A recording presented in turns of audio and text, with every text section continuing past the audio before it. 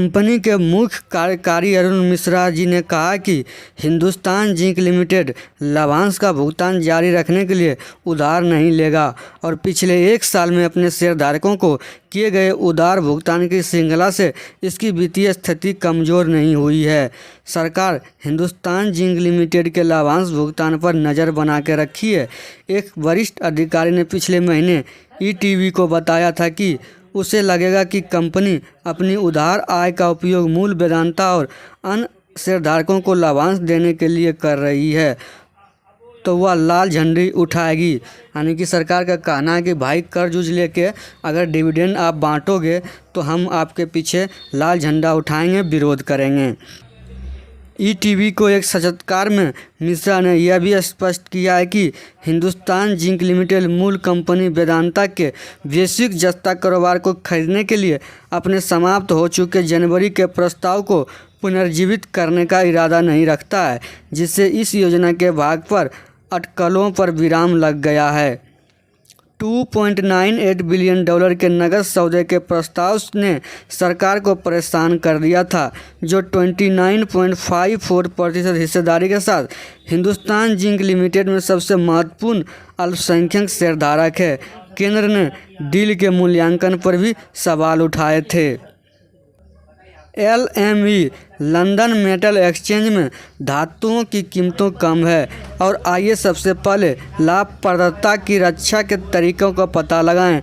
हमने लाभांश की वित्तीय किया है और अगर हमें वेदांता की वैश्विक जस्ता संपत्ति फिर से खरीदने की योजना बनानी है तो हमारी नकदी की स्थिति बहुत अच्छी होनी चाहिए। मिश्रा ने कहा कि इस आलोचना का खंडन करते हुए कि हिंदुस्तान जिंक लिमिटेड अपने हितों की कीमत पर मूल कंपनी वेदांता को बचाने के लिए बड़े लाभ दे रही है। मिश्रा ने कहा कि भुगतान से अल्पसंख्यक सहित सभी हितधारकों को लाभ हुआ है। इसके अलावा हिंदुस्तान जिंक लिमिटेड की मौजूदा वित्तीय ताकत किसी भी विकास रणनीति या अधिग्रहण योजना को वित्त पोषित करने के लिए काफ़ी मजबूत बनी हुई है। उन्होंने कहा कि कंपनी नई खदान नीलामी की तलाश में है। हिंदुस्तान जिंक लिमिटेड ने जुलाई 2022 में 5 बार कुल 34,859 करोड़ रुपये का डिविडेंड की घोषणा किया था। अरबपति अनिल अग्रवाल नियंत्रित वेदांता ने हिंदुस्तान जिंक लिमिटेड में अपनी 64.92% हिस्सेदारी को देखते हुए लगभग 22,630 करोड़ रुपये का डिविडेंड प्राप्त किया था, जबकि सरकार ने 10,297 करोड़ रुपये का डिविडेंड प्राप्त किया था। जहां तक हिंदुस्तान जिंक लिमिटेड का सवाल है तो $2,400 प्रति टन LME पर जिंक की कीमत और $1,200 की लागत के सबसे खराब प्रभावित परिदृश्यों में हमारे पास अभी भी 50% EBIT ब्याज कर और परिशोधन से पहले की कमाई मार्जिन होगा। इसलिए अगर हम सालाना $4 अरब का कारोबार करते हैं तो हमें कम से कम $2 अरब का EBITA मिलेगा। उन्होंने कहा कि हमारी नकदी और नकद समकक्ष लगभग हमारे कर्ज के समान ही है। यानी कि हिंदुस्तान जिंक के मालिक का कहना है जितना हमारे पास कर्ज है उतना हमारे पास रिजर्व केस भी बैलेंस शीट में है।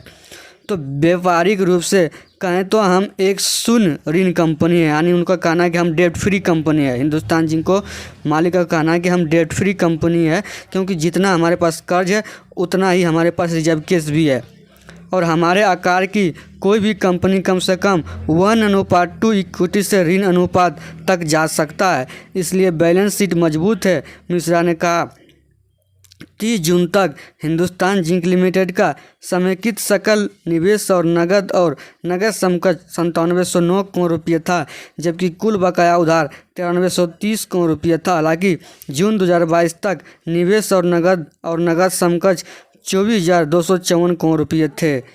इस पर टिप्पणी करते हुए क्या कंपनी लाभांश जारी रखने के लिए उधार लेगी, मिश्रा ने कहा मैं इसके पक्ष में नहीं हूँ, ना ही हमारे बोर्ड ने निदेशक इसके पक्ष में है। वेदांता में नई भूमिका, जिन्हें 1 अगस्त से वेदांता में कार्यकारी निदेशक नियुक्त किया गया था, उन्होंने कहा कि उनकी भूमिका अभी भी परिभाषित की जा रही है, लेकिन उनकी प्राथमिकता समूह की इकाइयों पर अधिक समय और ऊर्जा लगाने की होगी जो इसमें शामिल नहीं हो रही है।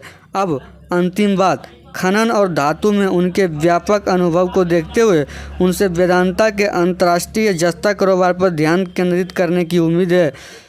मिश्रा ने कहा कि जून तिमाही में हिंदुस्तान जिंक लिमिटेड की लाभप्रदता में 36% की गिरावट मुख्य रूप से एलएमई पर एक साल पहले कम जिंक की कीमतों के कारण हुई है। हालांकि कीमतें फिर से बढ़ने लगी है। उन्होंने आने वाले तिमाहियों में कंपनी के लिए बेहतर संभावनाओं का संकेत देते हुए कहा, मुझे उम्मीद है कि एलएमई की कीमत दिसंबर 2900 से $300 प्रति टन, जून तिमाही में लगभग $2500 से तक पहुंच जाएगी।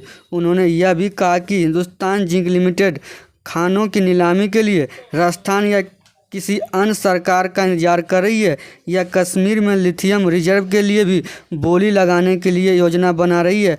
अगर इसे भी नीलामी के लिए रखा जाता है, ऐसा लग रहा है कि कंपनी हिंदुस्तान जिंक अब कर्ज लेके डिविडेंड नहीं देगा। जब अच्छा खास रिजर्व केस हो जाएगा कंपनी में तब तगड़ी डिविडेंड देगा, नहीं तो थोड़ा बहुत डिविडेंड देगा। क्योंकि वेदांता भी हिंदुस्तान जिंक से डिविडेंड लेके वेदांता में डिविडेंड देता था, तो हो सकता है कि वेदांता भी डिविडेंड में कंट्रोल करे, किंतु कभी भी कुछ भी हो सकता है। फिलहाल ये न्यूज़ है।